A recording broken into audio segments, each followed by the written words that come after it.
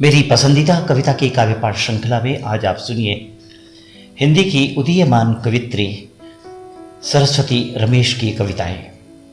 उनकी पहली कविता का शीर्षक है तुमको हराने से पहले। सुनो ऑस्ट्रेलियाई हॉकी टीम की खिलाड़ियों, सुनो ऑस्ट्रेलियाई हॉकी टीम के खिलाड़ियों, तुमको हराने से पहले मेरे देश की लड़कियां किस किस से भिड़ी थी। सुनो, तुमसे भिड़ने से पहले वो भिड़ी थी मेरे देश की पितृसत्तात्मक परंपराओं से।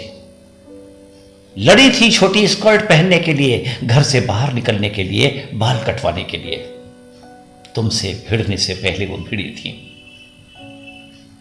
तुमसे भिड़ने से पहले वो भिड़ी थी मेरे देश की पितृसत्तात्मक परंपराओं से। लड़ी थी छोटी स्कर्ट पहनने के लिए, घर से बाहर निकलने के लिए, बाल कटवाने के लिए।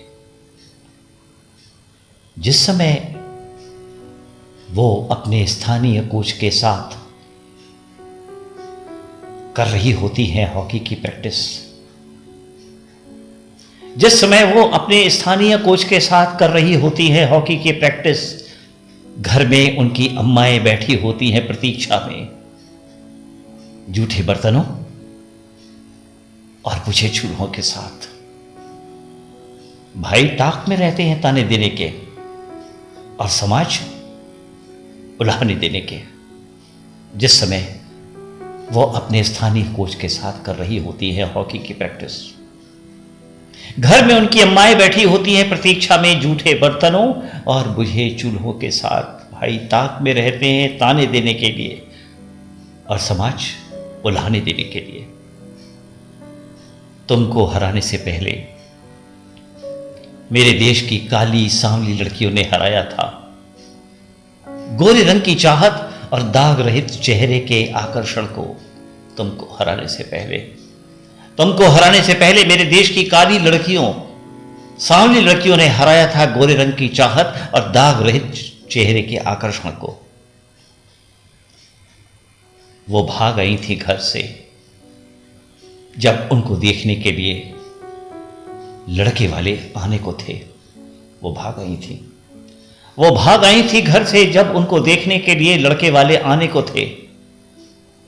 वो भाग आई थी घर से जब उनके घर वाले उनको शादी का जोड़ा पहनाने वाले थे। वो भाग आई थी घर से जब उनके घर वाले उनको शादी का जोड़ा पहनाने वाले थे। हो सकता है तुमसे भिड़ने का तमगा पाने से पहले वो भागी हुई, फंसी हुई, बिगड़ी हुई बदचलन लड़कियों के तमगे से नवाजी गई हो। हो सकता है तुमसे भिड़ने का तमगा पाने के पहले वो भागी हुई, फंसी हुई, बिगड़ी हुई बदचलन लड़कियों के तमगे से नवाजी गई हो। फिर भी उन्होंने खेला आमतौर पर छोटे शहर की लड़कियों के लिए वर्जित खेल हॉकी खेला। आमतौर पर छोटे शहर की लड़कियों के लिए वर्जित खेल हॉकी खेला। शॉट मारे, गोल दागे, लड़कों की भांति खुशी से चीखी, चिल्लाई, एक दूसरे से लिपटी, गिरी, घायल हुई और दोबारा उठकर बॉल के पीछे भागने लगी। आमतौर पर छोटे शहर की लड़कियों के लिए वर्जित खेल हॉकी खेला उन्होंने। शॉट मारे, गोल दागे, लड़कों की भांति खुशी से चीखी, चिल्लाई, एक दूसरे से लिपटी, गिरी, घायल हुई और दोबारा उठकर बॉल के पीछे भागने लगी। तुमको हराने से पहले उन्होंने हराया लड़कियों के लिए बनाए गए लक्षणों को। तुमको हराने से पहले उन्होंने हराया लड़कियों के लिए बनाए गए लक्षणों को।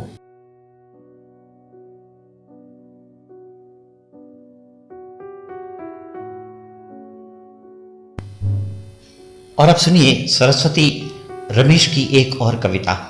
कविता का शीर्षक है साक्षी और सिंधु हो जाना। मेरे देश में यूं ही नहीं हो जाता साक्षी और सिंधु हो जाना। मेरे देश में यूं ही नहीं हो जाता साक्षी और सिंधु हो जाना।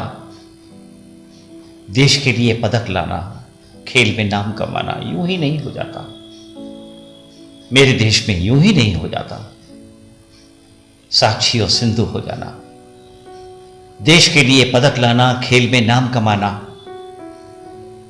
जहां अमूमन 10 साल से ही शुरू हो जाती है लड़कियों की चूल्हे बर्तन की ट्रेनिंग,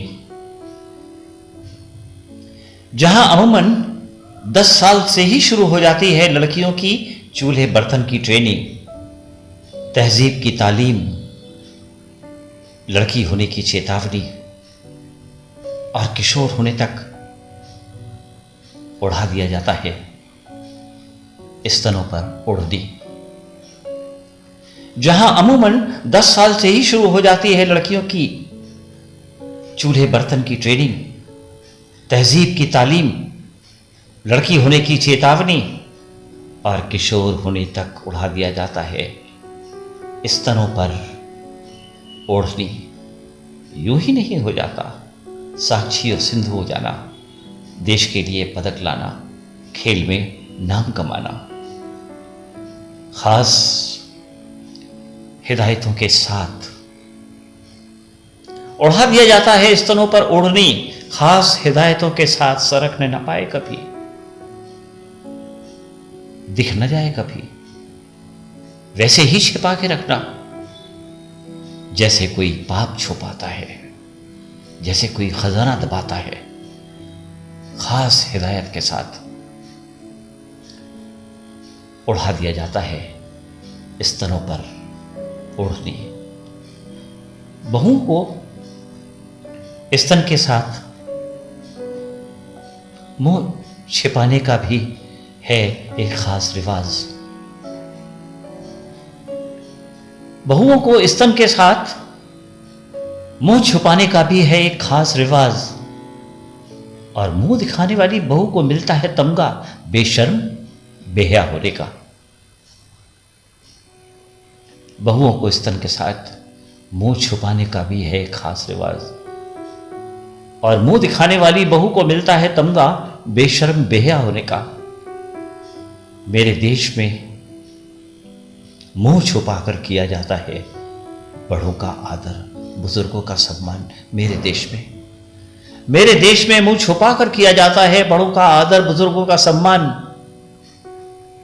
यूं ही नहीं हो जाता मेरे देश में साक्षी और सिंधु हो जाना, जहां औरत में मर्दों वाली बात को तिरस्कार से देखते हैं लोग, जहां औरत में मर्दों वाली बात को तिरस्कार से देखते हैं लोग, उसके रंग, सौंदर्य, उभार, सुकोमल और दाग रहित अंगों को दी जाती है अहमियत। यूं ही नहीं हो जाता मेरे देश में साक्षी और सिंधु हो जाना, जहां औरत में मर्दों वाली बात को तिरस्कार से देखते हैं लोग, उसके रंग, सौंदर्य, उभारों, सुकोमल और दाग रहित अंगों को दी जाती है अहमियत, की जाती है अपेक्षा। लड़की से लड़की वाले गुण की, शर्म, हया, संयम, सहनशीलता की, पायल, बिछुओं और चूड़ियों की जाती है अपेक्षा। की जाती है अपेक्षा लड़की से लड़की वाले गुणों की, शर्म, हया, संयम, सहनशीलता की, पायल, बिछुओं और चूड़ियों की। यूं ही नहीं हो जाता मेरे देश में साक्षी और सिंधु हो जाना, जहां बाप बेटी से बनाकर रखता है धरती और आकाश सी दूरी, जहां बाप बेटी से बनाकर रखता है धरती और आकाश सी दूरी, जहां बेटी की हर ख्वाहिश रह जाती है अधूरी, जहां बाप बेटी से बनाकर रखता है धरती और आकाश सी दूरी, जहां बेटी की हर ख्वाहिश रह जाती है अधूरी। मां को नहीं मिलती फुर्सत चूल्हे और घर से, परंपराओं, प्रथाओं, परिवार और समाज के भार से मां को नहीं मिलती फुर्सत। मां को नहीं मिलती फुर्सत चूल्हे और घर से, परंपराओं, प्रथाओं, परिवार और समाज के भार से। नहीं बोलती वो परिवर्तन की बात, नहीं दिखाती बेटी को आगे बढ़ने का साहस। और जिस भट्टी में खुद जलती है जीवन भर, उसी में बेटी को भी झोंक देती है। मां को नहीं मिलती फुर्सत, मां को नहीं मिलती फुर्सत चूल्हे और घर से, परंपराओं, प्रथाओं, परिवार और समाज के भार से। नहीं बोलती वो परिवर्तन की बात, नहीं दिखाती बेटी को आगे बढ़ने का साहस। और जिस भट्टी में खुद जलती है जीवन भर, उसी में बेटी को भी झोंक देती है। सिंधु, तुम जीती हो, अकुहारा से नहीं। सिंधु, तुम जीती हो, अकुहारा से नहीं। बेटी के बेपरवाह बाप से, स्तन छुपाने के श्राप से, मुंह ढकने की बाध्यता से, आभूषणों की दास्ता से, शर्म हया के ढोंग से और लड़की बनने के रोग से। सिंधु, तुम जीती हो, अकुहारा से नहीं। बेटी के बेपरवाह बाप से, स्तन छुपाने के श्राप से, मुंह ढकने की बाध्यता से, आभूषण की दास्ता से, शर्म हया के ढोंग से, लड़की बनने के रोग से तुम जीती हो। यूं ही मेरे देश में नहीं हो जाता साक्षी और सिंधु का हो जाना। देश के लिए पदक लाना, खेल में नाम कमाना मेरे देश में यूं ही नहीं हो जाता। और अब सुनिए सरस्वती रमेश की एक और कविता। कविता का शीर्षक है पहचान। सुनो, सांवली रंगत वाली लड़कियों, तुम्हारे गालों में गुलाब के फाहे न हो तो तुम मलाल न करना। सुनो, सांवली रंगत वाली लड़कियों, तुम्हारे गालों में गुलाब के फाहे न हो तो तुम मलाल न करना, दुख न करना कि तुम गहरी आंखों, रेशमी बालों या गुलाबी होठों की स्वावनी न हुई। दुख न करना, दुख न करना कि तुम गहरी आंखों, रेशमी बालों और गुलाबी होठों की स्वावनी न हुई। और गठीली देह वालियों, तुम भी सुनो, और गठीली देह वालियों तुम भी सुनो, अपनी मजबूत और कठोर कलाइयों को वितृष्णा से कभी मत देखना। और गठीली देह वालियों तुम भी सुनो, अपनी मजबूत और कठोर कलाइयों को वितृष्णा से कभी मत देखना। अपनी उंगलियों की हठीली गांठों से रसवाई न करना। छरहरी देह वालियों को देखकर हीनता से मत भर जाना। अपनी उंगलियों की हठीली गांठों से रसवाई न करना। छरहरी देह वालियों को देखकर हीनता से मत भर जाना। और सुनो, खुरदरी दाग भरी त्वचा वाली लड़कियों, टॉपलेस ग्लो के चक्कर में खुद को न भुला बैठना। और सुनो, खुरदरी दाग भरी त्वचा वाली लड़कियों, स्पॉटलेस ग्लो के चक्कर में खुद को न भुला बैठना। बेलौस देह वालियों तुम भी सुनो, खुद से प्रेम करना सीखो, बिल्कुल उसी नैसर्गिकता में जैसे ईश्वर ने रचा है तुम्हें। बेलौस देह वालियों तुम भी सुनो, खुद से प्रेम करना सीखो, बिल्कुल उसी नैसर्गिकता में जैसे ईश्वर ने रचा है। जैसे प्रकृति पृथ्वी के जर्रे जर्रे से करती है प्रेम, सहज और संतुलित, तुम भी सुनो। बेलोस देह वालियों तुम भी सुनो, खुद से प्रेम करना सीखो, बिल्कुल उसी नैसर्गिकता में जैसे ईश्वर ने रचा है। जैसे प्रकृति पृथ्वी के जर्रे जर्रे से करती है प्रेम, सहज और संतुलित। क्योंकि ये सारी कमियां दरअसल कमियां है ही नहीं। दरअसल ये सारी कमियां है ही नहीं। ये हमें कहीं से भी किसी भी मायने में कमतर इंसान नहीं बनाती। ये हमें कहीं से भी किसी मायने में कमतर इंसान नहीं बनाती। जो किताबें कहती हैं तुम्हारी जैसी देह को कुरूप और बदसूरत, उन किताबों को फाड़ कर फेंक दो। जो किताबें कहती हैं तुम्हारी जैसी देह को कुरूप और बदसूरत, उन किताबों को फाड़ कर फेंक दो। जिनकी आंखें नहीं देख सकती तुम्हारी स्वाभाविकता की सुंदरता, जिनकी आंखें नहीं देख सकती तुम्हारी स्वाभाविक सुंदरता, उनसे किनारा कर लो, क्योंकि तुम सुंदर हो।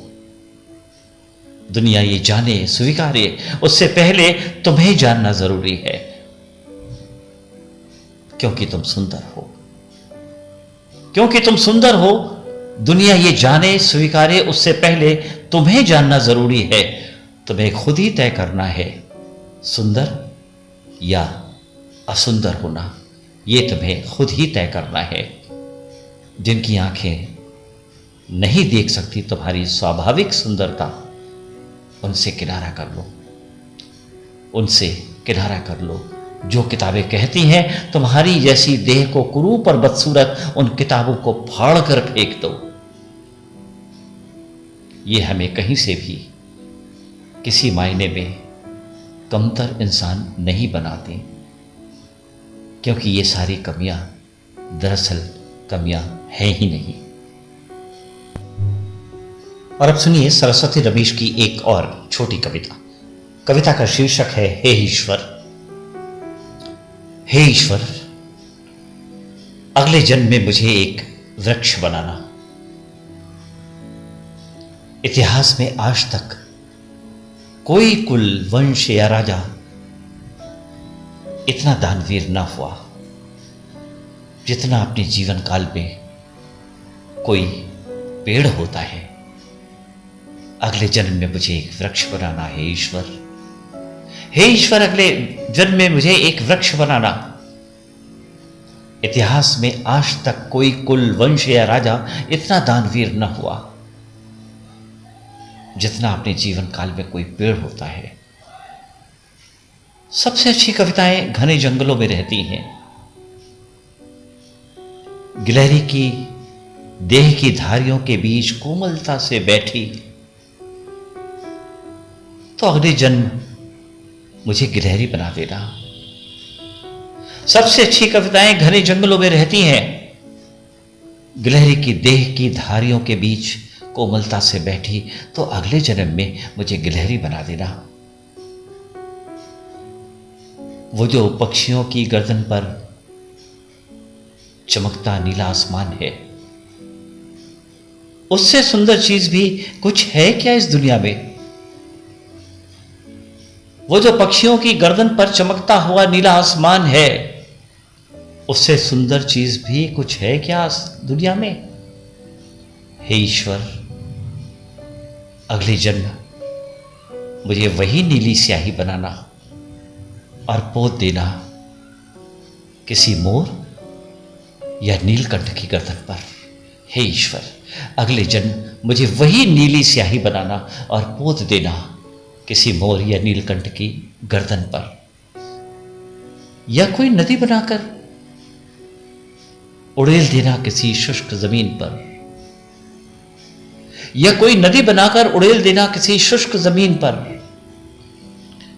मैंने आज तक नदी जितनी लंबी और उदार कोई कविता नहीं पढ़ी। मैंने आज तक नदी जितनी लंबी और उदार कोई कविता नहीं पढ़ी। हे ईश्वर, अगले जन्म में मुझे एक वृक्ष बनाना। इतिहास में आज तक कोई कुल, वंश या राजा इतना दानवीर नहीं हुआ, इतना दानवीर नहीं हुआ।